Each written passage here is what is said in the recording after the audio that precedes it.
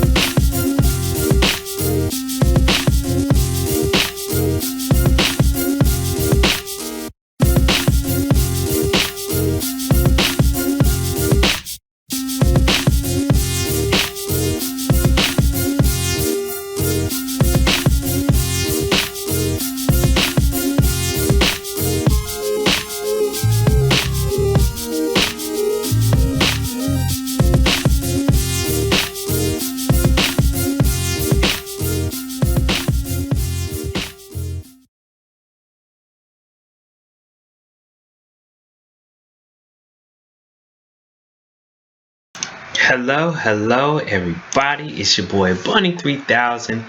We are Geekswagg. We are here, and I have Makita on mute as usual. Daggone it, BJ. Get it together. There she goes. Say hey to the people, Makita. Hey, how are you? Yeah, ladies and gentlemen. We are here. We are gathered here today. We got a lot to talk about. So much is going on in the past week since last Tuesday. It is not even cool. But before I even do that, I gotta at least get uh Makita's Skype window up here, so at least people can halfway imagine that they seeing you. Hmm. Let's see here. There we go. Little something, and I'm hoping Dirty Helmato will be able to get up in the place to be. I think he has like a softball game or something like that today, so Okay, that's cool. supposedly it's supposed to be over soon. So he may be popping in here a bit later. So I'm gonna stick Dirty Helmato over here in the corner. But yes, ladies and gentlemen, so this past week has been like amazing in good and bad ways and all kinds of in between. For those of you guys who don't know, or don't care, or did not know, or hear, or whatever, for some that were probably living under a rock, Mr. Prince Rogers Nelson uh, passed away last week under very, very odd circumstances. And of course, for a lot of really, really big music fans, whether they, of all walks of life, all around the world, were, tied to Prince and his artistry. A lot of musicians were tied to him in terms of relationships they had with him, both professionally and otherwise. And it has been a huge blow for just the music community in general, and just for just fans in general, of course. um, I know for myself it was kind of odd because those people that actually know me, they know that Prince was probably my favorite artist of all time. And I was very surprised that when it happened, or when I heard that it happened, that I actually cried a little bit, which is new for me. I never expected that kind of a response from myself over a celebrity, but it was quite interesting. Makita, how about you? I mean, when you heard it, when did you hear it, and how did you feel about it when you heard about it? I heard it on the internet. I didn't really feel a way about it. Hmm. He's not really my favorite artist in the whole wide world, but at the same time, my sister loves him. Hmm. I still have the vinyl album to the 1985 Batman, which I think he wrote all the soundtrack songs for. Yep. I have the vinyl for it. It's the Bat Dance song is probably one of my favorite songs of all time. Hmm. Hmm. So, while I did not cry like some people did, I was surprised that he passed away like he did. And, he played a huge part in a lot of people's lives. Oh yeah. I knew that people were gonna bawl their eyes out when it was Prince, because he's just one real cool cat, and he's been on the scene for a hot minute, so I wasn't surprised to see people act a fool about it.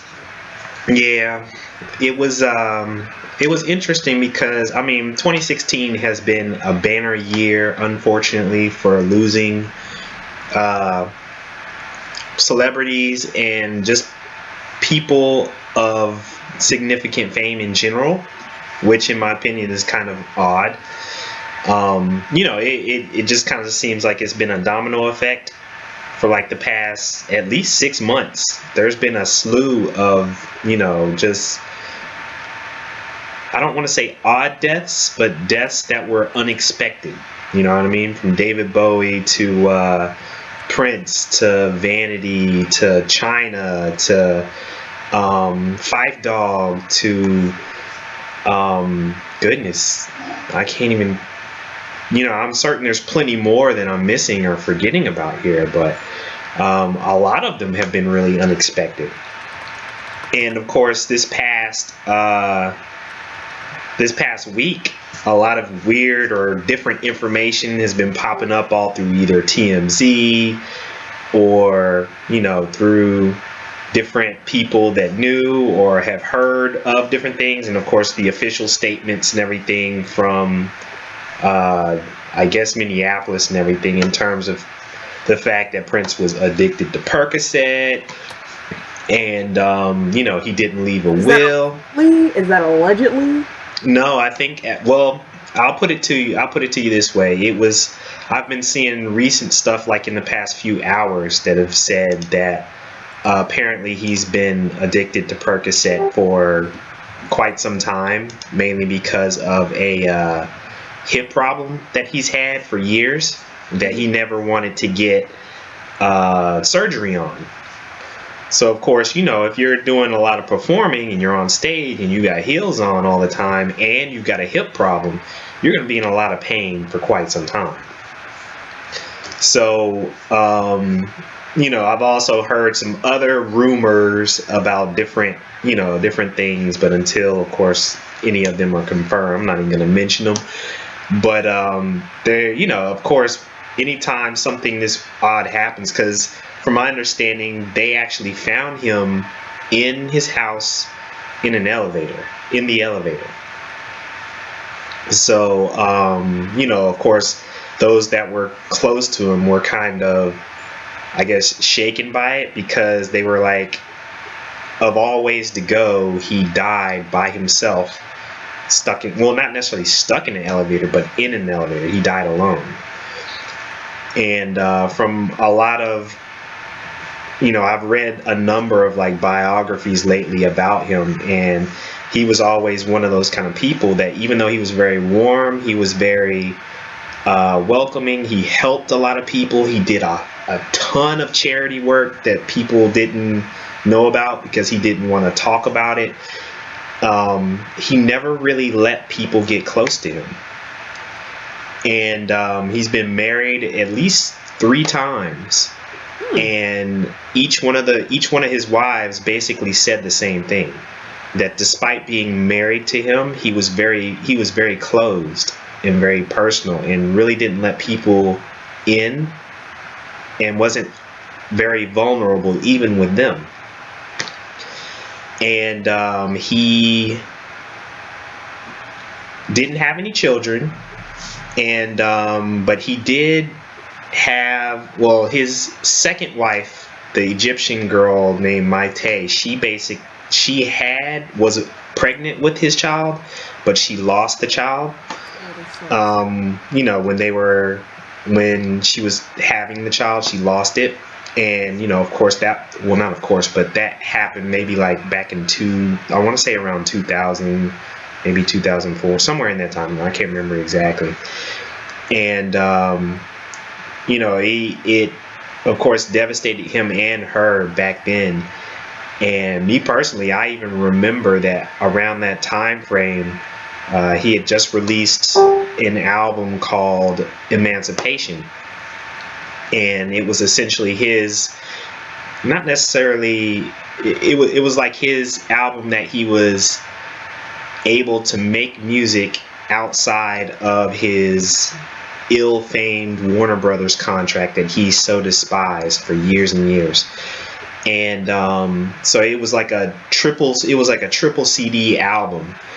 And of course, when he heard and when he had that issue where he lost his child, he was in the midst of the tour for this album, and he proceeded to go on and dedicate the rest of the tour to his lost child, and gave like all the proceeds from the tour to like children's hospitals wherever he went, in whatever cities that he went to or performed in. Right. And it was weird just kind of reading through and hearing stuff from, of course, all the other people that had been in his life. Like, he used to be engaged to Sheila E. at one point. He was also engaged to the twin sister of one of his bandmates from the Revolution back in Purple Rain days. And because he left no will, I think at first everyone was kind of worried, because I think the only surviving member of his family was his sister named Tika or whatever. And she's like a notorious drug addict and whore or whatever. So, everyone was kind of wondering, okay, is she going to inherit the keys to his, $300 million plus estate, and royalties and all this other kind of stuff. And I think recently I heard that they are gonna they have like a trust company that's actually gonna manage his estate, and that Paisley Park, his house, they're gonna turn it into a museum. And even the Revolution, his old band from Purple Rain days, they're getting together and they're gonna start doing like an appreciation tour in his honor and everything. And I think like Jimmy Jam and Terry Lewis have been campaigning to try to see if they can produce all of the songs and stuff that he has in his vault that he's never released. And so there's a lot of talk, a lot of news around what's going to happen with Paisley Park, what's going to happen with all of his music, what's going to happen with just the state of all his legacy that he left behind and everything. So I'm certain for many weeks they'll probably be releasing news, whether it's information about the drug addiction, or what the trust company is going to end up doing with his estate or whatever. So lots and lots of stuff going on with with the whole Prince thing. And one of the interesting things that I remember, I kind of wanted to see if I can find the quote real quick from the book that I've been reading, and it's amazing. I haven't really done a whole lot of reading until reading of a lot of different books until like maybe a few years ago. And it just so happens that when he died, I was right in the middle of one of the unofficial biographies of him. And I thought it was pretty interesting, this quote that his tour manager had, Alan Leeds, who was like a tour manager for James Brown, for Prince, D'Angelo, and a few other artists. And he said, I've been around a lot of artists, including several icons, and I've never seen anybody like Prince. He's like a freak of nature in terms of how the music flowed through him. The gift that allowed him to pick up any instrument and figure it out quickly to the point where he's not really playing the instrument. It's just music coming through him through the instrument. It's just part of that funnel from whatever this source is, and you can't separate his work from his spirituality. And I think Prince really does think he's special. I've always believed that he thinks he has an in with God. Where that comes from is that this is a guy who sits there and says, how in the world does someone like me get the gift I have? Where does that come from? Because the level of his gift is spooky. I've been around a lot of brilliantly creative people, from Miles Davis to James Brown to D'Angelo, and I've never seen anyone who's a vessel for music the way Prince was. He'd be trying to sleep because he hasn't slept in 2 days, and he can't because he's got to write down lyrics, and then it's, can you find me a studio? I got to get this out. Got to get it out. Got to get it on tape. Once it's on tape, it's out, then I can sleep. It was crazy. I've never seen anything like it. And you can't say, well, Prince, there's a studio in the next town and we've got a day off. Nah, I got to get it out. His every waking moment, there was music or lyrics flowing to a piece of paper. If he doesn't have anything to do, he'll go to the studio. He wakes up in the morning with a melody or a lyric, and he can't wait to get to the studio to turn a tape on. You just wondered how any one brain could process as much music came out of him. All of it wasn't good, but enough of it was. I mean, there's a lot of good guitar players. There's a lot of good singers. There's a lot of great songwriters. He's all of that. For a lot of artists, it's what they do. For him, it's not what he does, it's who he is. You can't divide Prince from the music. That's why he plays after shows to the point of exhaustion, because he has to play. To the point of obsession that's borderline sick. It's like, goddamn, don't your fingers get tired? Don't you want to watch a ball game? It's crazy. And I think he sat there and decided, God anointed me. And, there were like countless other quotes from like girlfriends and other people that basically said the same thing, that he never, the ego that a lot of people thought that he had, it really wasn't necessarily ego. He just thought of it as a gift that he, whether it was blessing or a curse, that he had to share and he had to use. And, for a lot of the people that followed his music and were like really devout in terms of studying his lyrics and everything, a lot of those people know and always say that he's probably like the most spiritual pop artist that's ever lived, because you can go from top to bottom and you can see, whether it was concert footage or actual lyrics or anything, that all throughout his career he had dedicated himself to teasing people with sex and sexuality to kind of get them interested, as pop music usually does, and then flipping it, and right after he got people to listen to him, he would preach the gospel and ask people, do you know about Jesus? Do you, know about so on and so forth? Because of course he was a Jehovah's Witness, and he did that for years and years and years and years. And he was like we were talking about before, very influential to a lot of different artists. And he'll definitely be missed. And we're gonna see a lot of dedications and tributes and stuff like that in the coming, probably at the very least in the coming month. Especially once you get around award time or award season or something like that. Right.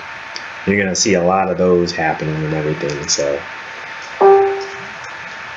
yeah, it was, all of that was really, really interesting, and something that people will of course be talking about for quite some time. But outside of that, what was really interesting, I remember, when was it? Sunday. Me and my wife, we were like cleaning up the house because I'm getting ready to move and everything, and trying to pack up and clean the house so that we can get it ready to show and everything. And we were playing BET Soul, and they, of course, were playing their tribute to Prince. So all they were doing was playing Prince videos and videos of other artists he's written for, from like Tina Turner to Madonna to the Bangles to Sinead O'Connor, The Time, Janelle Monáe, just countless artists, that he's either written for or performed with, and all this other kind of stuff. And the whole day just listening to this massive body of work. And we were down, we were kind of sad or whatever, and feeling it, because that was something that me and my wife connected with, or connected to, when we first met. And it was like one of our bucket list things, that we were going to go and catch him in concert and everything, or go to Paisley Park and all this other kind of stuff.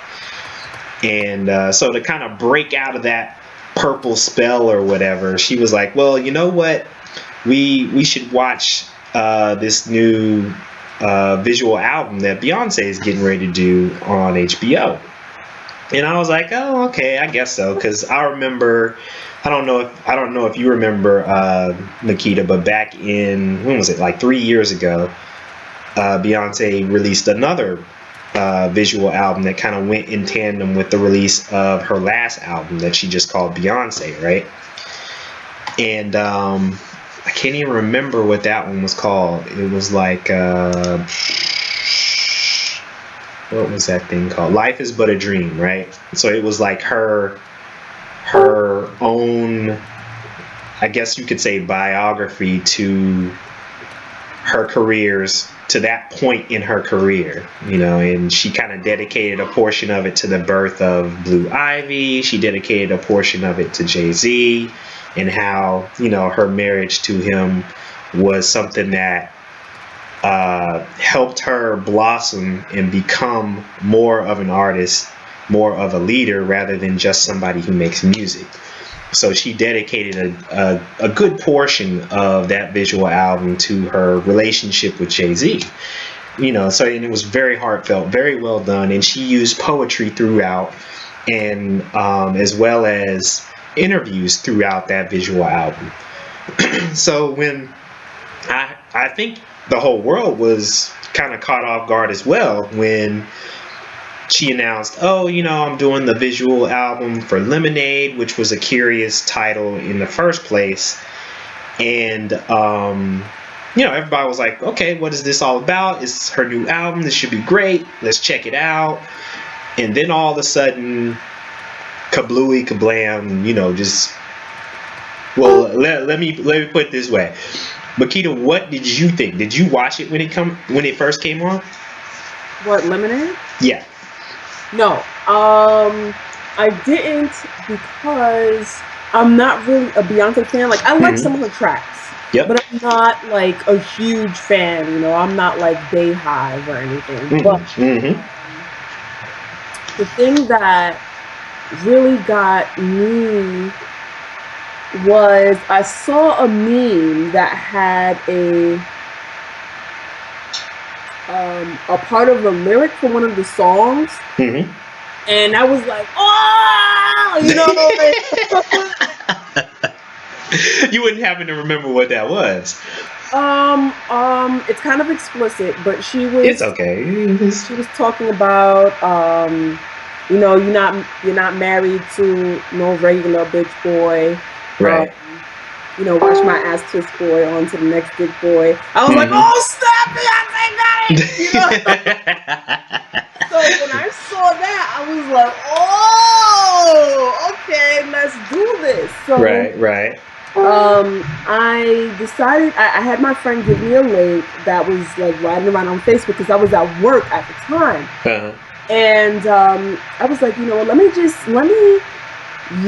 me focus on this because usually what happens with me is I tend to take anything Beyonce fans say they like of hers with a huge grain of salt, like Dead Yes. Sea salt, okay? Oh, definitely. And I was like, oh, let me see what this garbage is about. And I, like, the first few minutes, I was like, okay, babe, we gonna do this. I'm gonna give you an hour of my time because Yeah. it touched some really it touched some things in me that that were lingering. Like I know like a lot of people have this saying, time heals all things. I don't think it's true to a certain extent. I think Hmm. time pushes you to move to ignore your feelings and push them down, Yeah. but not really deal with the issues that you may have or the lesson that you have learned. Like, Oh, yeah.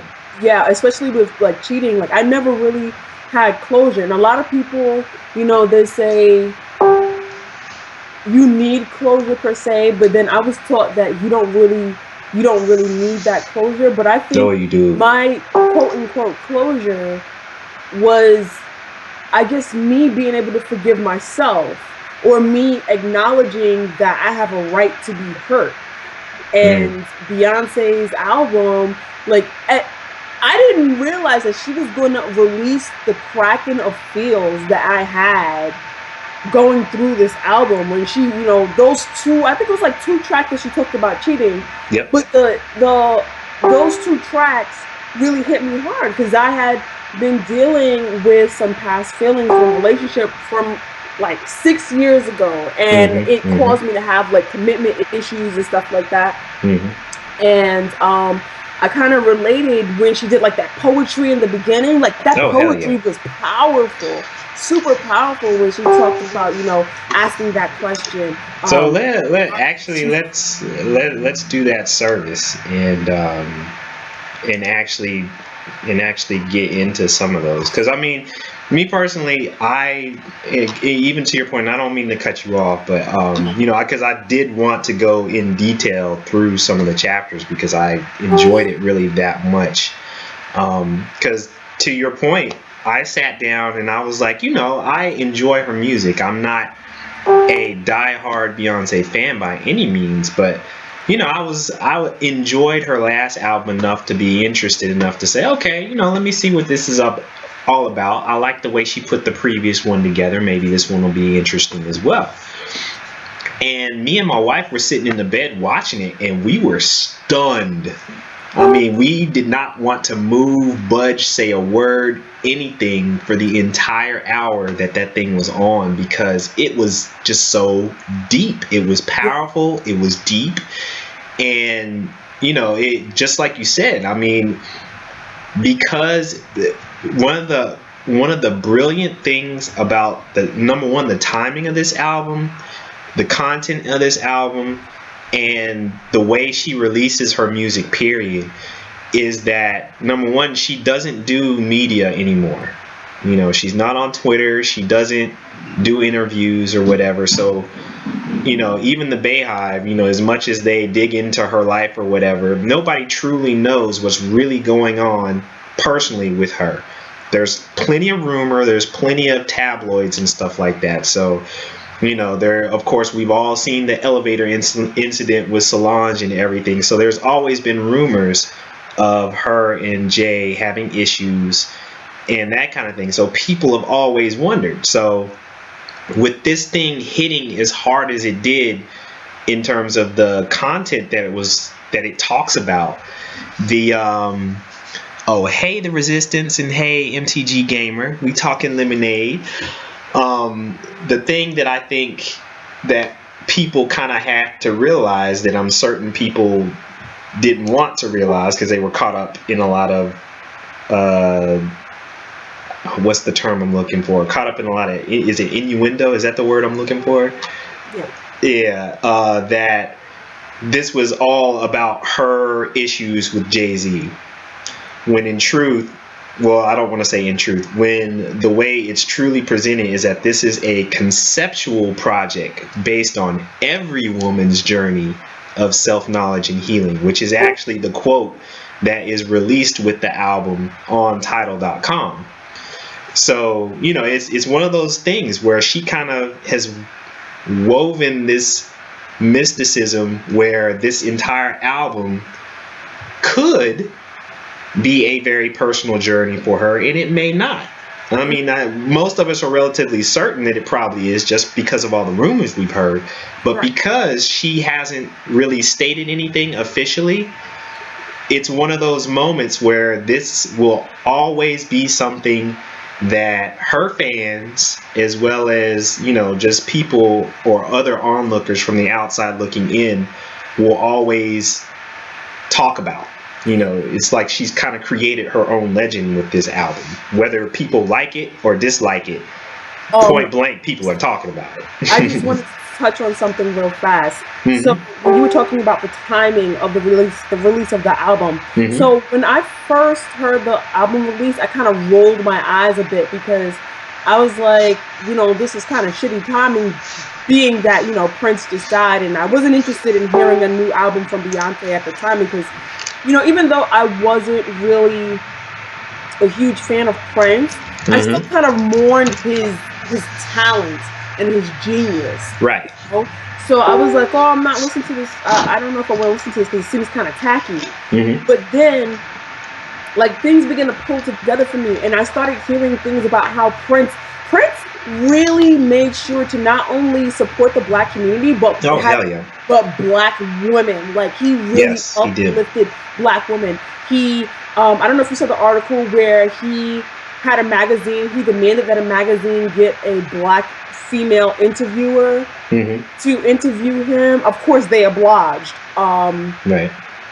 He also had, I think, he had an all-Black female team of lawyers that was on retainer. And I felt like this Beyonce's celebration, because it wasn't only about cheating. Like, the thing that annoyed me over the weekend was like how people were like, oh, you know, this is an album that gets women riled up because it's about cheating and blah, blah, blah, blah. And I'm like, dude, that's like 2 out of like 12 tracks, bro. Like, there's so much more, like Black feminism, Black beauty, Eurocentric beauty standards that Black women have to go through, father issues, family, dealing with family, forgiveness. There were just so many things that, you know, came together for this album as a celebration of Black women. And I was like, you know what? This is like the perfect timing. I'm sure Beyonce did not plan, because she's not psychic. She doesn't know when Prince is going to die. No, they had this plan for a while. So that it just seemed so apropos for this celebration of Black women to be released on the passing, I would like to say the crossover of a man who celebrated Black women and appreciated Black women so much. Like, yes, he did. That was, to me, that was just like an under, it was uncanny. It was uncanny, the timing of it. Yeah. You know, and the the timing and the content of it is just very, very, very uncanny. Yeah, it was just too perfect. But this, you know, this album was the deepest for me, because like I said, I've liked Beyonce's tracks before. Like, you know, I've never listened to a whole album of Beyonce's where I was just like, I had my few songs, you know, the singles you hear on the radio, and then you skip the rest, because I'm like, okay, this is garbage. This is garbage. Oh, it's going to this. But this particular album was so deep. I listened to this album, less than 3 times, did not All the way skip a through. track, not Yeah. one track. It is all delicious. It It is is. all genius. That's honestly what's really amazing about this, and I think it kind of I think honestly the visual album enhanced the music itself as well, because I mean it was kind of like you said before. A lot of what she went into in this album, she kind of spelled out in a gorgeous way, because everything everything that has to everything that they have to actually, not they have to, everything that she speaks towards there, it's a progression. It's like chapter 1 deals with intuition, where a woman, it's like they say, a woman that's really tied to her man and really loves her man knows when something is going on, even if she doesn't know the truth. And that's where intuition comes in. And then and I'll read the poetry that goes with each chapter in a little bit, but like the first chapter was intuition, that has to do with pray you catch me, which is the first song on the album. Chapter 2 is denial, which which deals with the song hold up. Anger deals with the song, what is the song called? Is that the one that's sorry? I think it's sorry. Is it sorry? No, I'm sorry. No, it's not sorry. It's hold up. Hold up, because I think hold up is the one that has the quote that you were talking about. Okay. And then chapter 4 is apathy, that has sorry in it, and of course the other quote I love in that particular song is ashes to ashes, dust to side chicks. Chapter 5 is emptiness, and that deals with the song 6 Inch, which is an awesome song with The Weeknd that I love to death. Accountability is chapter 6. That does the country song that is what is it, Daddy Lessons or something like that. Right. Reformation is chapter 7. That is the song Love Drought. Forgiveness is chapter 8, which is the song Sandcastles, which had Jay-Z in it. So for all those who were thinking as they were watching it that this was her statement of divorce, that was like, okay, that brings it full circle. And chapter 9 is Resurrection, which goes into Forward, which is a gorgeous song. I love that song. It features James Blake in that song. Chapter 10 is Hope, which has Freedom, which features Kendrick Lamar on the album. They didn't have him on the visual album though. And then chapter 11 is Redemption, which is the song All Night, which is a beautiful song as well. But kind of like you were saying, as you're watching this visual album, the poetry, not even just the songs themselves, but the poetry that she uses as an interlude in between the songs blew my mind. And the actual poet who wrote these poems, her name is, and I hope I pronounce this right, Warsan Shire is her name. And I instantly had to run to my Kindle and go and go pull up whatever I could find of hers and buy it. I was only able to find one poetry book on Amazon, but I'm sure she's got more than just that. But like in chapter 1, of course this was the beginning where she's talking about intuition. The poetry that she was talking about there was, I tried to make a home out of you, but doors lead to trap doors. A stairway leads to nothing. Unknown women wander the hallways at night. Where do you go when you go quiet? You remind me of my father, a magician, able to exist in two places at once. In the tradition of men, In my blood, you come home at 3 a.m. and lie to me. What are you hiding? The past and the future merge to meet us here. What luck, what a fucking curse. And I'm like, damn. You know, and that's just the beginning of the visual album, you know what I mean? And it's like, just hearing that, it's like that whole part of it, even though it doesn't necessarily mean that this is something that Beyonce is going through, everyone that is a fan of Beyonce knows that she went through a huge ordeal with her own father. I want to say, how many years ago? 3, 4, maybe 4 years ago, where her father and her mother got divorced because he was having an affair with some woman. And, you know, she was well into her, you know, that was long after Destiny's Child and everything. And that was huge for her. She had a huge identity crisis at that point because her father was her manager at that point. And I think her mom ended up being her manager after that. And she ended up even not having her mom as her manager and letting herself take the lead of her own career.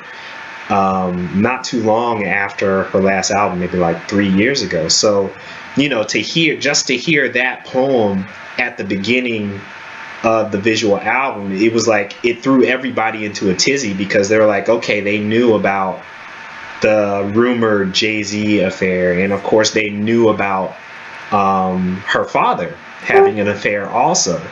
So all of that duality in terms of the poetry and what it was saying in terms of the rumors and what the rumors were, you know, it just kind of hit everybody that knew about what Beyonce supposedly has gone through really, really hard.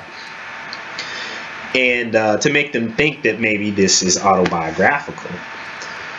And then, of course, chapter 2 was denial, where she said, I tried to change, close my mouth more, tried to be soft, prettier, less awake, fasted for 60 days, wore white, abstained from mirrors, abstained from sex, slowly did not speak another word. In that time my hair grew past my ankles. I slept on a mat on a floor. I swallowed a sword. I levitated into the basement. I whipped my own back and asked for dominion at your feet. I threw myself in a volcano. I drank the blood and drank the wine. But still inside me, cold deep, was the need to know, are you cheating on me? You know, so it wove this other tale of, you know, the anger that was building in her in the midst of everything that she was doing. And I mean, you can kind of relate a lot of the stuff that poem was saying to just saying that Beyonce, if they were even relating it to Beyonce, you know, was going above and beyond in terms of her career or in terms of trying to impress Jay, or, you know, and I guess to your point, Makita, this is something that doesn't even have to be about Beyonce for it to tie to just women in general, in terms of what so many women have been through and so many women have testified to in terms of feelings that they felt in a similar situation, which was, in my opinion, the true intent of this whole concept album. You know, she was playing a role in building this album to, like you said, empower women, and especially empower Black women, to show them that there is something within them that they need to respect, and that's their own voice, their own worth, their own power. And the only person that can seize that and raise that and make it visible are Black women. And in part, it's a shame that has to be the case, because, you know, you would expect in any culture that a woman's partner would be their main, I guess you could even say cheerleader, their main pillar, their main foundation to help them to get and be wherever they want to be, or feel however they need to feel about themselves to do great things in life.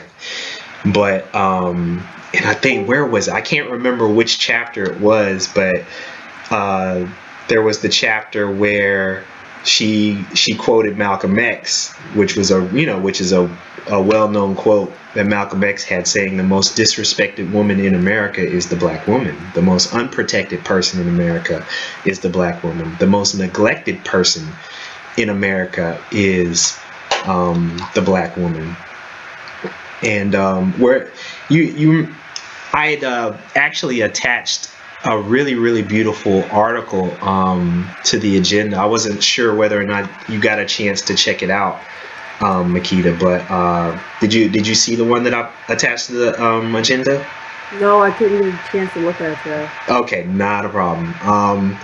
There's this lady named Dominique Mati, and I hate that I even had to pronounce that, because I'm sure I pronounced that incorrectly. But she wrote an article that was absolutely gorgeous, called "Why Lemonade is for Black Women, Despite Centering a Man's Misdeeds." And she had a great story, and that kind of tied Lemonade to her own experience. And at the beginning of it, she kind of wove a story that, kind of brought it full center, that I kind of wanted to read real quick. It says, my grandpa's been walking with a pronounced limp for the better part of a year. My husband shakes in his sleep. My Nana and I were on the phone the other day, and she updated me on the recent happenings, our regular routine. She told me my grandpa was finally getting physical therapy. She told me she talked to his doctor, told him about my grandpa's concerning walk. She said my grandpa told the doctor his wife only thinks it's concerning, that he's fine, that Nana's just prone to worry. The doctor watched him walk and immediately ordered physical therapy. So now my grandpa goes to physical therapy. I told her my husband finally has an appointment with the doctor about what happens to him at night. I told her it took a year of nagging for him to make the appointment. She brought up the Garden of Eden, laughing. She said, that's why God forged us from their ribs. He saw all those men walking around here lost. And then God said, they just can't help themselves. They need help. And then he made us. And we are, I swear, their helpers. I chuckled at the archetypal helplessness of men with a sense of duty. Taking care of my husband felt like an ancient rite of passage. It comforted me until it didn't, because then I thought about the helplessness of me. And I wondered who I could pull from my own rib. Who crawls forth from the flesh of black women when we are lost? When we need help to be seen, heard, loved, nurtured, granted compassion. There are things my husband doesn't understand about me yet, a chasm in our connection. There are aches I don't know how to translate for him. It is a black woman's kind of aching. It is complex and simple.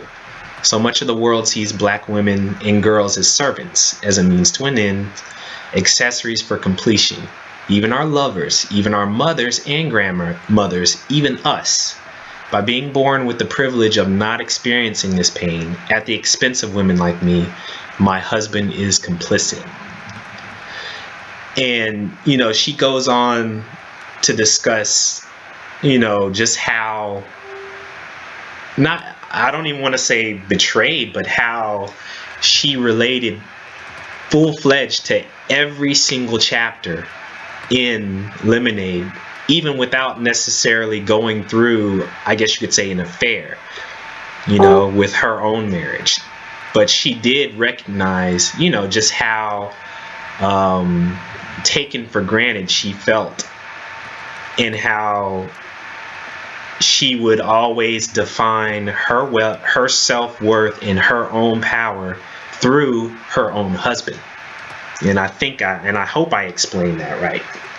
But it's definitely a gorgeous article that goes through and just kind of speaks towards parts of Lemonade that she really um, that she really tied to. And she said, in particular, there's a moment that struck me in Beyonce's recently released visual album, penned by Warsan Shire. She's addressing her mother on the cycles of nature of the way black women are treated by men. She says this: "Mother dearest, let me inherit the earth. Teach me how to make him beg. Let me make up for the years he made with you. Let me make let me get that right. Let me make up for the years he made you wait. Did he bend your reflection? Did he make you forget your own name? Did he convince you he was a god?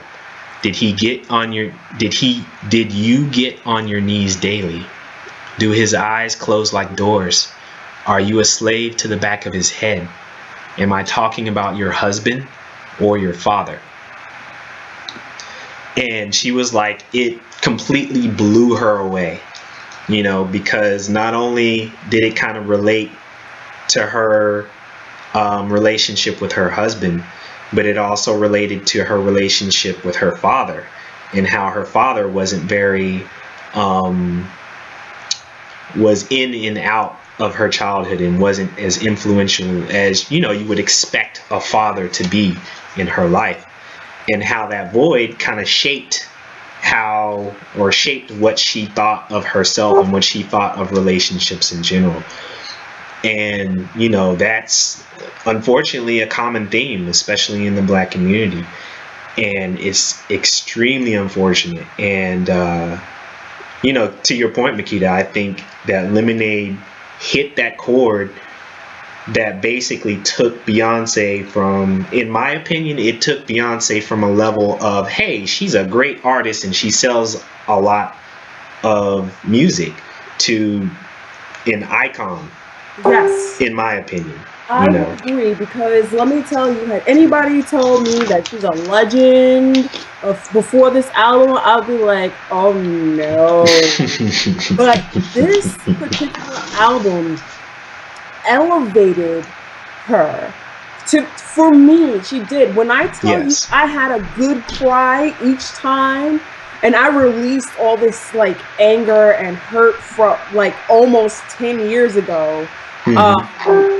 If you can do that to me, and I'm one of those people who just hold in their emotions, like I use writing to help myself, but I don't really cry that often. Right. If you're able to do that to me and make me release and feel great about myself after all those years, because I went through like therapy and everything, and I just felt like this would always be a scar on my heart, and that's it. If you can do that to me, that gives you leeway to say, you know what? You have gone from this a regular, like a talented pop star, to someone who actually means something in my life. Like, God forbid Beyonce died tomorrow, I think I'd cry. I'd be like, damn, after you made that epic ass album that touched my life, that changed who I am as my emotions as a person, I think I would cry then. This is it. This is what I wanted to see. Because I swear to you, I thought that Beyonce was an android before. Yes, a part of the machine, right? Yes, I recognize her, and I see her as a human being. Not to say that, I didn't know she was a human being before. I mean, like, I joke about. But yeah, you thought that she's a pop star, just part of the whole machine, just cranking out crap and making money. And I can see it. And people are like, oh, this is not real, and blah, blah, blah, blah. And I'm like, look, I don't want to hear all that. I'm not here for that. There are lots of albums that people use their pain and emotion for. There's a whole genre of music that was born from pain. It's called blues, people. Pretty much every artist makes songs so that they can make money off of it. It's really not that serious. But what matters to me is how the music touched me, whether or not it was real. This is, for me, it was real, because I know Beyonce can't act herself out of a paper bag. So for me, inside, it was real, and it came off definitely as real. And it was something that connected with me. Right. And in my opinion, it's hard to have or create something that this impactful out of something that wasn't real experience, you know, which in my opinion kind of made it that much more impactful, because when you listen to the songs and you pay attention to the energy that she puts in and emphasis that she puts in certain lines and the way she sings certain songs, you can hear, in my opinion, and of course this is just opinion, in my opinion, it shows that there is pain in that and there's truth in, at the very least, parts of what each one of the songs actually are talking about, you know. And a part of me kind of imagine Beyonce probably went through this rage where she went through and penned a number of these songs back when she was going through whatever this was that she was going through, but never thought to release it. But you know, it was her escape. You know, as for many musicians, music is their escape. And then when she got to a certain point, that I can imagine that she had gone over things and tidied up things and secured things with Jay, she went back, and as you can see in the liner notes, she took what she wrote, built them into songs that she really wanted to actually release, and then had other people work with her on the lyrics to make the lyrics less personal and make the lyrics more relatable, in terms of saying, okay, you know, writing it this way makes it about you, so let's write it this way so that it makes it about any woman. You know what I mean? Mm-hmm. And that's kind of how I imagine the whole process going, because you know, that was the first thing I went to in the liner notes. I wanted to see how many of the songs she wrote, whether or not she wrote the whole song or whether it was her and other people. And I think a majority of them, it was her that was writing it, but there were other people also that were writing, you know, that she credits to writing the song along with her. And like I said, the only justification I can see for that is she went through something really, you know, that was really tied to every single emotion that each one of these chapters and each one of these songs really dig into, and that those other people were merely just there to make the lyrics that she wrote less personal. You know what I mean? So it wouldn't necessarily be a true confession. It was more of, like they said they wanted it to be, a concept album where it basically just explores you know, this emotional process that any woman can go through, you know. But yes, Lemonade is, in my opinion, it was very easy for me, even before I bought the album, to say this is her best work and that this is 5 stars off top, without even hearing the entire album. You know, because the whole visual album didn't even really play the full song for all the songs that I can remember. You know, it like shortened most of the songs just enough so that they could fit it all in the hour or so that they had slotted for it. But so yes, Lemonade, amazing. Beyonce, amazing. Well done. You know, this is for me, it's one of those moments I will always remember. Always remember. So, goodness.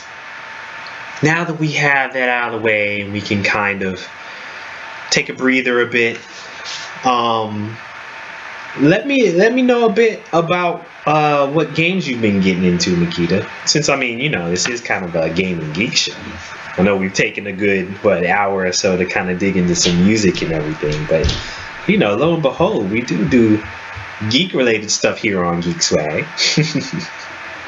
Okay, so I got into Orion, the Legacy of the Choreodon. I was able to get into that. Hold on, who the what? Who's the what's it? What is this called again? Orion Legacy of the Coriodan. I'm actually pretty surprised you didn't hear of it because it's Hmm. quite a big splash. The the video game basically got its shine because it had pretty much all black people in it, and it took place in Africa, and it had a fantasy setting. So the storyline Oh, I is did hear about yeah, this. exactly. So, for those of you listening, the story is about a man named Enzo, and his name is Enzo Corey Odan, and he has his ancestors, and they've been ruling the kingdom of Zama for quite a while. He's getting married to a woman in a neighboring tribe called Irene, and they're bringing together Umoja, which means unity. They're bringing their tribes together so that they can have a more peaceful land and protect it. But Irene's brother feels like Enzo isn't the correct uh, person to protect Zama because he's not trained well in this um, technique called Orionics, which is when you use your spiritual power. It's your own spiritual power, but this what your ancestors give you as well, and you Hmm. use them within to help during battle. Hmm. So, yeah, so the brother-in-law basically obliterates all the palace guards and puts Enzo out of his seat in the kingdom. I guess he kind of like bans him and his sister because she chose obviously her husband's side. Hmm. And he goes on this journey to learn this Orionics and learn his ultimate. And usually, we would refer to it in RPGs as like magic, but they call it Orionics in the game. So Hmm. I've been playing that. I've been enjoying it. The system is a lot more complex than what it looks like. It is absolutely gorgeous. The Yeah, it looks it. story really draws you in and makes you feel like you're a part of the story, and you get close to the characters. So I'm just really enjoying that. And of course, today was the first time I beat the incursion. Falcon Lost I hate you. in the yes. Today was the first time, and let me tell you, Ah. no shitting you. So I take the division very seriously, and I'm not sure why. I don't know how it happened, Uh-huh. but I will watch division videos nonstop, like Yeah, techniques and strategies me and too. learning about new gear sets and what are the best gear sets, what are the best abilities to have during missions. I will watch them non-stop. Hmm. And I go online and I go on yeah, I sign in and then I practice these techniques and whatever. And lately I had been kind of, jelly because I saw all these people, all my friends beating the incursion, and the incursion basically pretty much guarantees you these gear sets. Yep. Yeah, these special gear sets that help your character get to these sometimes OP levels of I guess skill and damage and health. Yep. And they all, I think there's like 4 different sets, and they all have their purpose. Hmm. So I'd come across, I have extreme luck within a dark zone, and I came across some stuff that one people dropped. I guess they must have died or something, and I found like a nomad vest and some tactician gloves. Oh, And well, lucky you. yeah, I had to buy all mine. yeah, I found those on the ground, and I like ran, and I was like, I gotta go to the checkpoint, and I called my friend. I was like, dude, jump online. I need to jump online now. I need backup because I don't want anybody to take my shit when I go to the extraction zone. I need backup. So we did that, and then of course, I had another luck where I was just beating a boss, and that came through. And then today, last night, I was playing with a friend, and we were doing really, really, really well. And we got to the 15th wave, and I don't know what it was because my sound went out, and I had to play I had to play That the game happens a with lot. no sound whatsoever. So Yeah. I had to be aware, constantly aware of my surroundings. But I guess everybody wanted to play hero, Mm-hmm. and next thing I knew, everybody died around me. And I What? was the only person around. And we made it to the 15th wave. I was so pissed. And I was so pissed that I dreamed about it. That's how pissed I was. Seriously. So I hit up one of my friends like, look, we need to do the incursion today, and we need to do it now. Do you have time? He goes and he gets one of his a couple of his other no one of his friends, and then I hit up my other friend. I was like, look, we're gonna do the incursion. Let's do this. And the first couple times we ate it because the first time we made it to the 15th wave and we died. Mm-hmm. And then the second time we died on like the third wave or something like that. But then the third time was the charm. And baby, I didn't even know we won it. Because I was sitting there and it was like mission completed. I was like, wait, what? We won? We won? And I just started screaming. I just started screaming like, oh my God. So that was Oh like that was man. really, really awesome. And now I can say that I've beat the incursion. And now that I have a bit of a strategy, now I can kind of excuse me, gauge and come up with my own strategy. I ended up Right. getting a sentry's holster, and I think I got a sentry's vest, Mm-hmm. and I'm enjoying it. Like the sentry's vest, the sentry's gear set is like super OP. Like I'm thinking about getting like a couple pieces of that, and then Mm-hmm. getting like a couple pieces of the striker outfit, and Yeah. go with that. I've got right now. I've got like 3 pieces of the Nomad set and 1 piece of the. I've got 1 blueprint for the striker and 1 actual piece of the striker set. So I'm kind of hoping I can get another striker set soon. But man, to actually find one out there in the dark zone, that's crazy. Actually, now that I think about it, I can't say anything. I found one in a supply drop. One of the Nomad pieces I actually found in the supply drop one time. Right.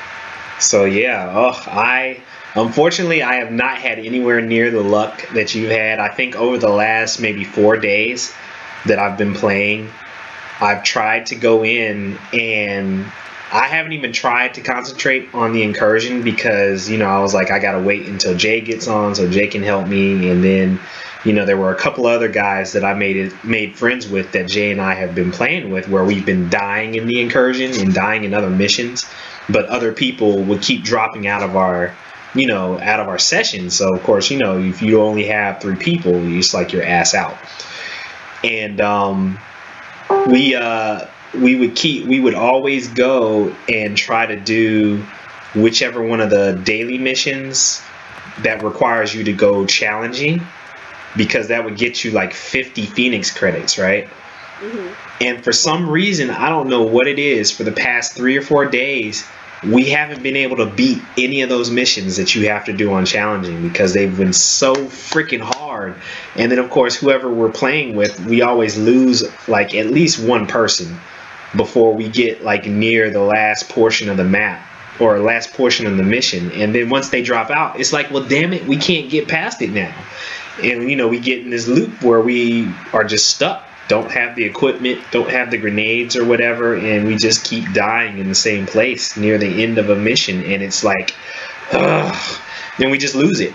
And it's like, so like the past 4 days, I've been pissed off because I've been spending so much time doing daily missions that I don't complete.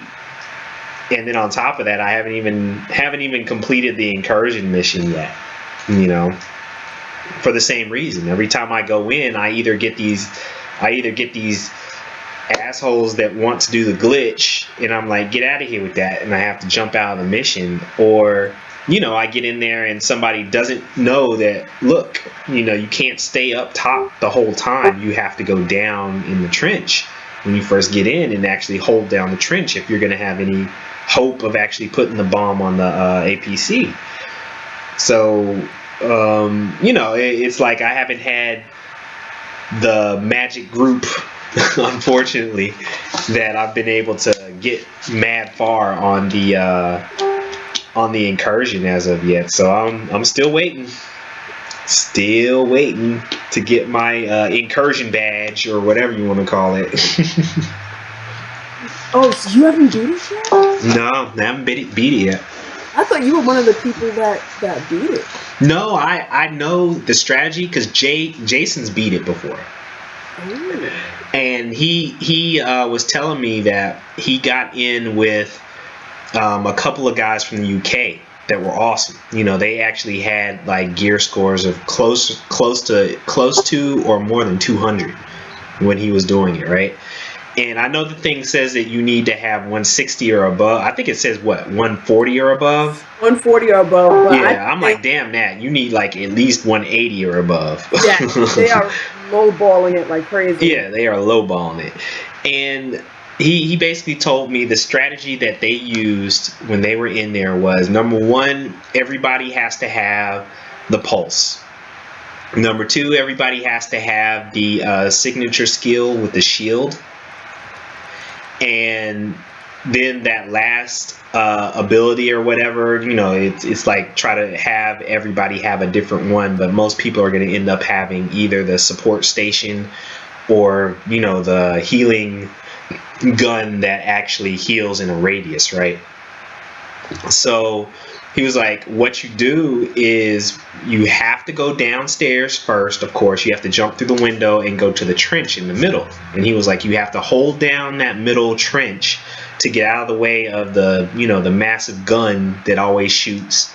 Right, the APC. Yeah, so he was like, hey, Cyrillical, thank you for joining us.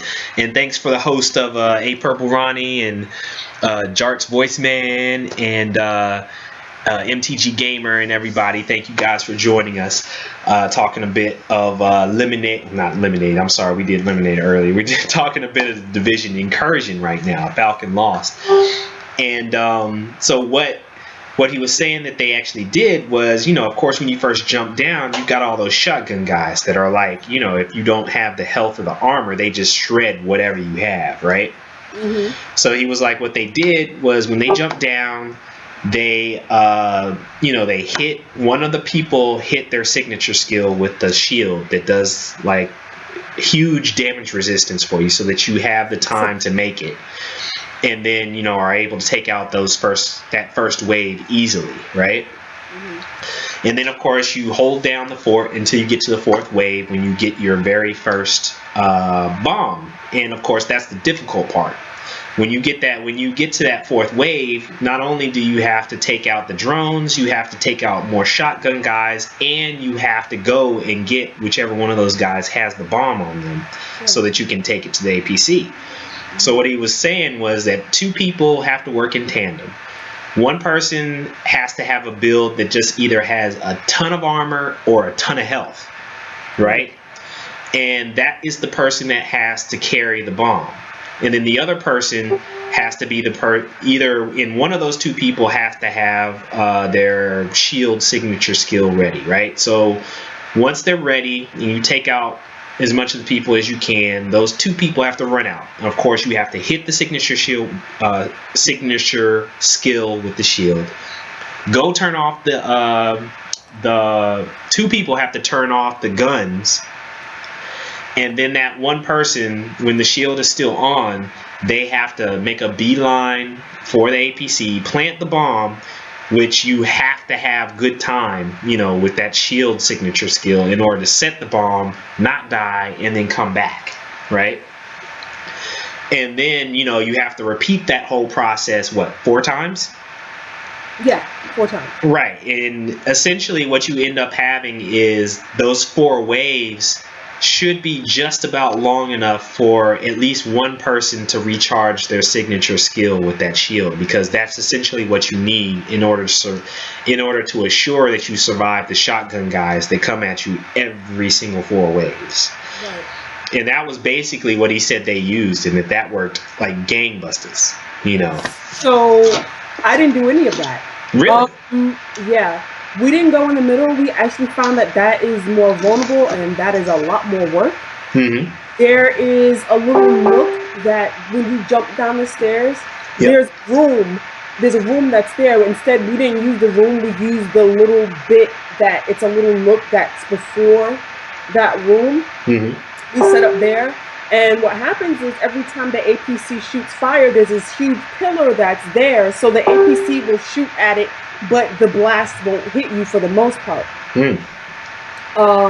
If you have 4 people, you have 2 people facing one way, 2 people facing the other way, 2 people with sniper, 2 people with at least assault and submachine. We kept the support station and then the first aid station there. One person had the revive station, one person had the ammo station, and we went from that. The only time that I used the survival link was with the very last one. The very last bomb. That was the only time we used it. Because we had 2 people go one way, like one person go with the bomb, and you had a supporting person that came with you just in case you fell or something, right. And they need to burst you with that first aid. And then I had another, the other 2 went to go touch that interaction button so that, everything could like explode or whatever. And then, again, you have that backup just in case somebody falls. And then, you could pick each other up and go back to that space. Yep.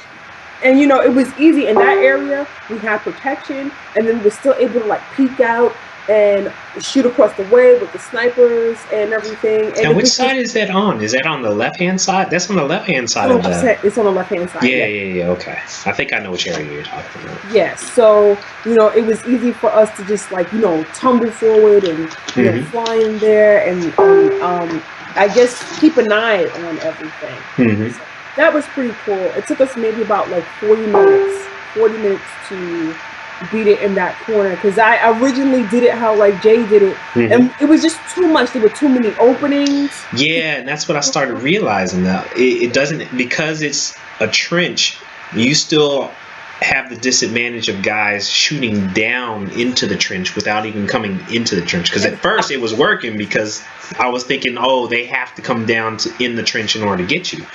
And then after a while, they got smart and they were like, no, we don't. And they were just shooting me through the roof. I was like, daggone it. Yeah, so that was like, it seems like the smart thing to do. And, there are a lot of people that make it that way, and that's fine. But, I'd rather do it in the corner over there. It can get crowded, but if you pay attention to what you're doing, and you've got a good team that's like well aware of their surroundings and stuff, yeah, you can make it. Wow. Yeah. Daggone it, girl. Yeah, I might have to spend another hour once I get off and just at the very least try it. Daggone it. But yes, that's awesome. Yes, good tips there for Falcon Lost. And of course, like we were saying before, we do love those gear sets. I mean, the bonuses on those gear sets are ridiculous, but they are definitely needed. And definitely make certain when you go into the dark zone, do your best to get those supply drops. They don't always have good stuff, but the chance of you being able to get a free gear set is there. So that's always worth it, because a gear set can cost anywhere from a good 400 Phoenix credits to a good few 100,000 dark zone credits. So it is definitely worth it to at least try and get it once it shows, once you see it pop up on the dark zone screen. So good tips there. Good tips. Very, very good tips for the Incursione. Also, other gaming news. Nintendo had a very interesting announcement that their new console, which is still codenamed the NX, has a release date. It was of 2017 or something like that, right? yep, March 2017, which also they announced will have a new Zelda game to go along with it.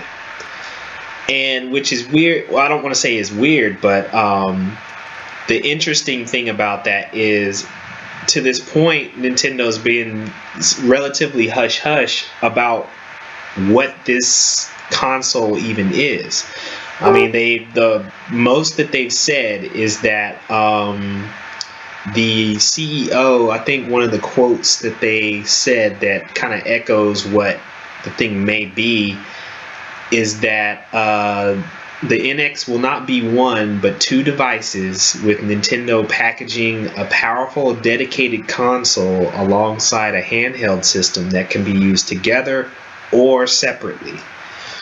And somewhere in there, I remember them saying that the so-called handheld system, is supposedly a smart device of some sort. So it kind of makes me wonder whether or not this other handheld system is going to be similar to a phone or a tablet. I'm guessing it's not going to be a tablet, because from my understanding, they recently applied for a patent for a new controller. Mm-hmm. So I'm wondering whether the new controller is the actual handheld system, or whether it's just an accessory to the console that can be used in lieu of the handheld system, or what. Of course, everything right now is speculation because they haven't released enough information, but it's very, very curious. It's very clear they've abandoned the Wii U, much to the chagrin of Nintendo fans, but I mean, they should be used to it by now. But it'll be interesting, to see what kind of specs they actually dump, or actually have dumped into this thing, and how much of what they said back in the day, where apparently this thing was supposed to be tied to, I want to say it was tied to your health or something like that. I seem to remember them saying that their new project or console, is going to have something to do with monitoring your health, or something to that effect. I seem to remember that. I could be wrong. So we will definitely see what Nintendo has up their sleeve, hopefully soon. I'm hoping by June they'll have a lot more information. So we will see. We will see. Nintendo NX. I mean, I don't know how to feel about it. I guess, I don't know. Like, I think Well, I'm a little bit yeah. nervous. I think I'm Mm-hmm. a little bit nervous for Nintendo because they've Me been too. kind of shaky on it.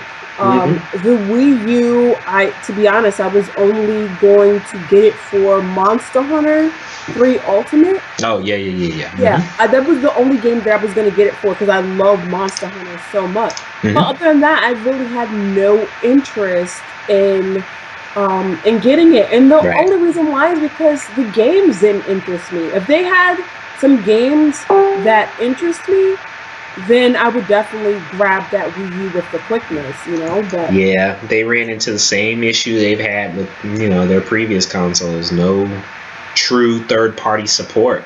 And, then they didn't really dedicate that much to, they didn't even really dedicate that much to their own, uh, you know, their own IP, whether it was sequels or new stuff coming out of Nintendo. So it was very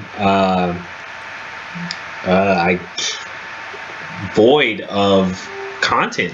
There just wasn't that much. They just kept releasing old stuff, on their little Nintendo store or whatever, and there really weren't that many actual games of worth. There were some games that they released, but there weren't any like blockbuster, oh my gosh, everybody has to have this because it's an exclusive on the Nintendo kind of thing. So I mean, a lot of people were thinking that exclusive was going to be either Star Fox or what was that one, Zelda or something like that, and that just didn't come to pass. It just never really materialized. So we will have to see whether this is another dud from Nintendo on that. So it'll be interesting to see what happens there. But lots and lots and lots of good stuff coming out in the movies also. Have you had a chance to watch or been eager to watch anything that's been coming out? Nope. Nope. Nope. Not even Miles Ahead? You're not interested in Miles Ahead? Miles Ahead? What? Yeah, it's Don Cheadle's movie about Miles Davis. Never heard of it. Never heard of it? Yeah, I think I want to say it's either coming out this weekend or it came out last weekend or something like that.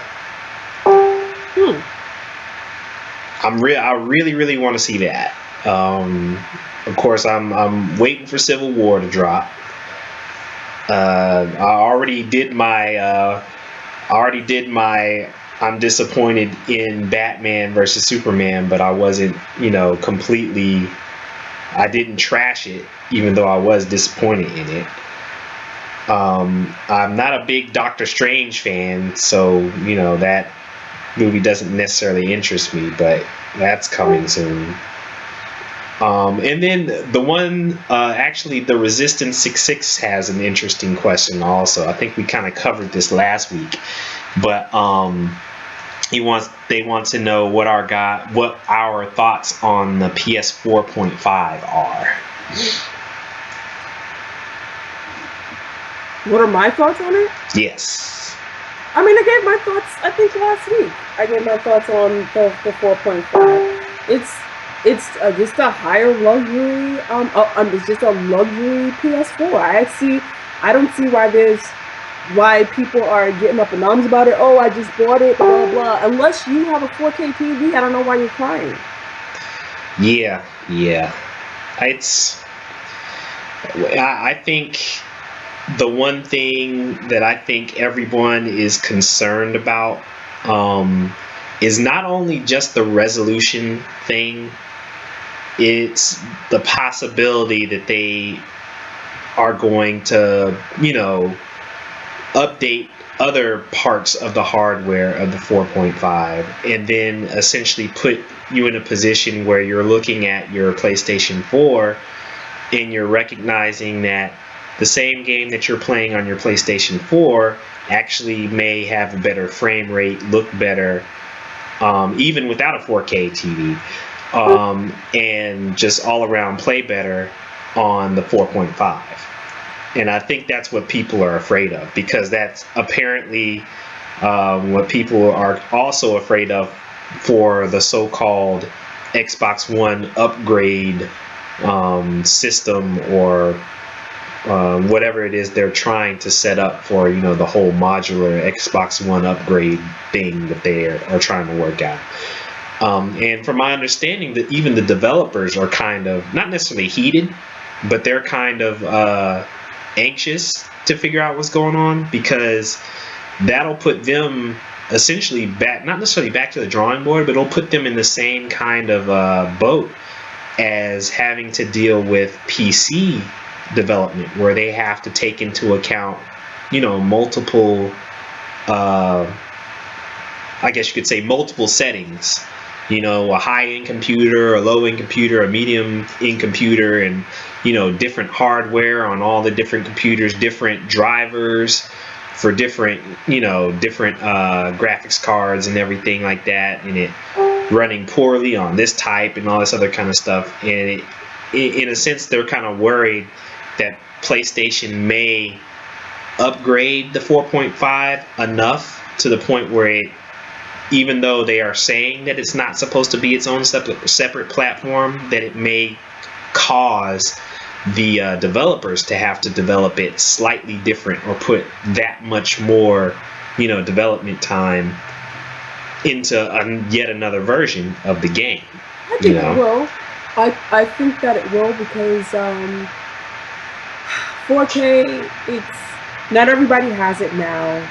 But much like how HD came onto the scene, not everybody had it at first, and now it's like relatively cheap to get an HD TV. Yep. 4K is at that beginning stage where, like, hey, here's your super realistic type of resolution for your TV, it costs $1,000 for a 27-inch. I'm just joking. I'm over exaggerating, but or maybe am I? But Right.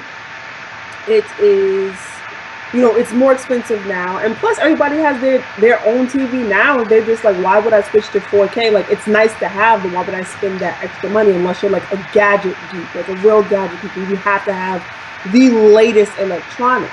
Yeah. I feel that they are probably going to only make certain games with this. I was gonna say Uncharted 4, but Uncharted 4 comes out in May. Yeah, it's like in another week, next week, isn't it? Yeah, Yeah. I think that they will start making past games in 4K resolution, like The remastered 4K edition. yeah. No, seriously, remastered in 4K. Yeah, Oh man, that's what they'll do. that Something all over like again. The Witcher 3, they'll probably remaster. Yeah, that makes sense. Yeah. The God of War collection 4K. There's some other PS4 games that they would probably remake in 4K. That's like worthwhile making in 4K. Like, I want to say Until Dawn, because Until Dawn was a gorgeous game with the resolution that we already had. Like, it was just unbelievably beautiful.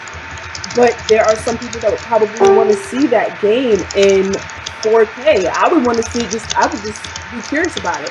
Would I buy a 4K PS4 and a 4K TV just to see that shit? No. But I would definitely watch somebody stream that because it's gorgeous. Right. So we'll see what happens. I think they're gonna remaster quite a few games to see like the reception of it, and then like slowly move into it. And as consoles do, they become cheaper over time. And Sony will still have a cash cow. Yep. A part of me, and you know what, I just put this in the chat room, and this was something that I also kind of thought off, that just popped in my head. PlayStation may be a part of them doing this 4.5 deal. Do you think that it could even possibly be tied to them wanting to even squeeze even more juice into their new VR? I mentioned that last week. Remember? Yeah. That's probably why it popped in my head. Yes. I said that last week. Yeah. Of course they're going to tie that in, because it takes a certain amount of power to use VR, and people are going to want that. I know some people that have already pre-ordered the PlayStation VR, but I don't know if you need a certain type of TV for it. No. Of course you wouldn't need a TV for it, Jesus. But what I mean, I don't know what kind of power you would need for it. Like, if you would need to have the 4K in order to operate the virtual reality headset. Well, from my understanding, no, because I mean, of course, the headset is going to be its own resolution in and of itself, right? And it's supposed to be compatible, of course, with the PlayStation 4. So, from my understanding, what they will probably get out of it is they'll probably throw additional processing power or something into the 4.5 so that it might be able to punch out better graphics or a better frame rate at the very least in the goggles, than the actual PlayStation 4 does. And Resistance was basically, well, not Resistance, I mean Deacon Fatal, I guess, was saying how would it compete with other VR out there, because PC's in front of that. The way I see the PlayStation VR competing is not everybody has a good PC, or a PC that would be able to handle the Vive or the Oculus Rift. So since there are so many PlayStations out there, it's more accessible, and they have a much larger, in my opinion, they've got a, not necessarily a much larger market, but they've got a more dedicated market of people that would be willing to dump another what, $400 or $500 just to get the VR headset because they know it works with their PlayStation. Yet they may or may not have a PC that is able to run, the Oculus Rift or the Vive or Vive. I don't know how you're supposed to now pronounce that, Vive or Vive or whatever.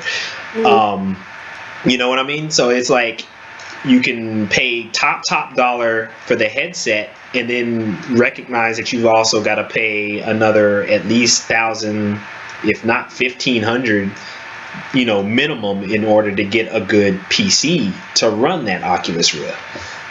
So it's, I guess you could say it's a mid-level VR entry point if you get the PlayStation VR. It definitely isn't going to be as good as the Oculus Rift or the Vive, but it's definitely good enough and more accessible.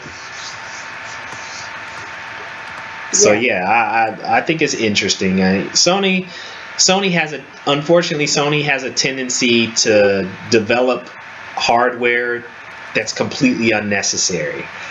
But in this case, the 4.5, I'm not going to necessarily say it's unnecessary. I think they're going to end up throwing functionality into it that's going to appeal to people that, even to people that already have a 4, or even to people that don't have 4K yet. Because like Makita said, 4K hasn't really immersed the whole TV market quite yet. It's still the high-end television sets out there. So, there aren't that many people that have 4K television sets sitting around. So, we will see. I've got a feeling that they'll have the 4.5 out there that'll have the 4K, yet it will still, of course, be able to do the other resolutions, so that people, even with their regular television set, will probably decide, you know what, I'm going to trade in my PS4 and I'm going to get this 4.5 so that when I do get when I do get a 4K TV, I'll be ready, and I'll be able to get better processing power out of my VR when I get it. So that's probably what I think is going to end up happening. Okay, yeah. But yeah, that's a good question. I know we kind of discussed a bit of it before, but that's, it's good to mull over it and come back to it and have some other little points and stuff to it. So yeah, definitely. We will definitely see how that all plays out. I think it all starts, November is when the VR drops. November. Have they announced the 4.5 when it's coming out yet? It's probably like September? No, but they are saying that they're going to announce it around the summertime. Watch, they'll probably do another one of those where they'll be like, oh, E3, guess what? If you go to such and such, it's going to be on your shelves right now. Everybody's going like, oh, snap. They're going to lose their mind like, oh, PlayStation won again. But yeah, it'll be interesting. We'll see how all that plays out. But, ladies and gentlemen, I think that's all we've got for today. Lots of good stuff. Lots of stuff coming down the pipeline. I know some people were anticipating Mr. Chris Willits to be on, from Design News, to be on with us. He's always a most welcome guest. Unfortunately, he had to postpone his appearance or reappearance on the show. I'm hoping maybe next week he'll be able to. He got called back into work for something else, for another trip or something like that. So hopefully he'll be able to chill with us and talk tech and talk VR and maybe even PlayStation VR, because I know I've seen him do a few articles on the PlayStation VR as well as on the PlayStation 4.5. So maybe he has some additional insight on that for us next week.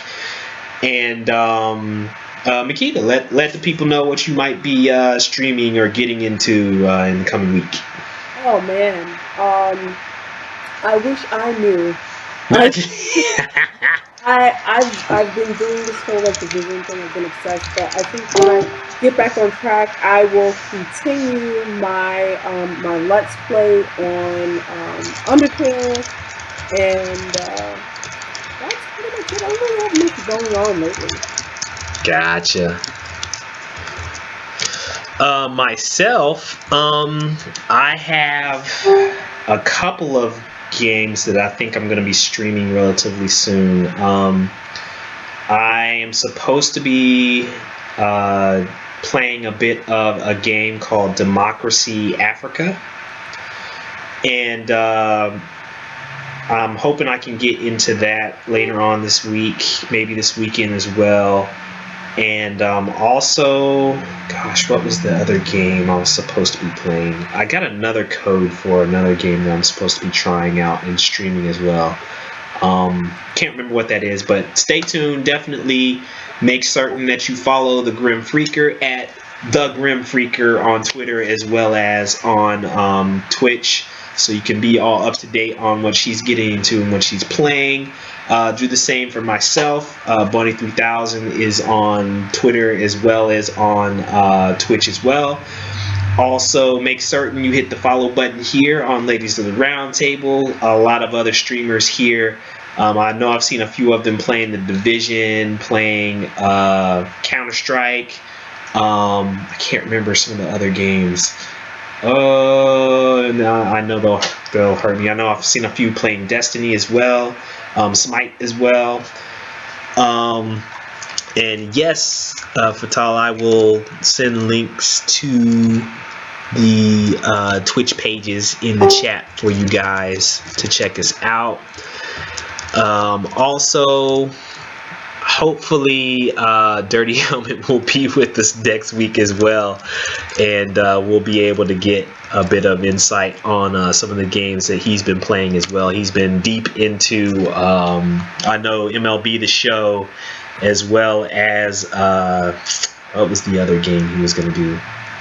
I know we kind of teased each other, and we may actually try to do a Rock Band 4 session because I was able to purchase Rock Band 4. So a lot of bad singing and air guitar playing should be in our near future with Rock Band 4, which should be a lot of fun. So yes, keep it locked. Stay in tune with Geekswagg. We got a lot of great stuff going on. I wrote an interesting piece about Prince and, you know, all the feels that I had when that happened on the heatmag.com website. So go there, check that out. I will put tons of links to all the articles and stuff that I referred to about Lemonade, as well as Prince's and some other stuff, as well as Ariane, what was it? Ariane Legacy of the Choreodon, right? Yep. That was the name of it? Yep. So I'll have links to all that stuff in the show notes when I released it, so stay tuned. Thank you guys for joining us. We love you guys. Say bye to the people, girl. Peace. Later, y'all.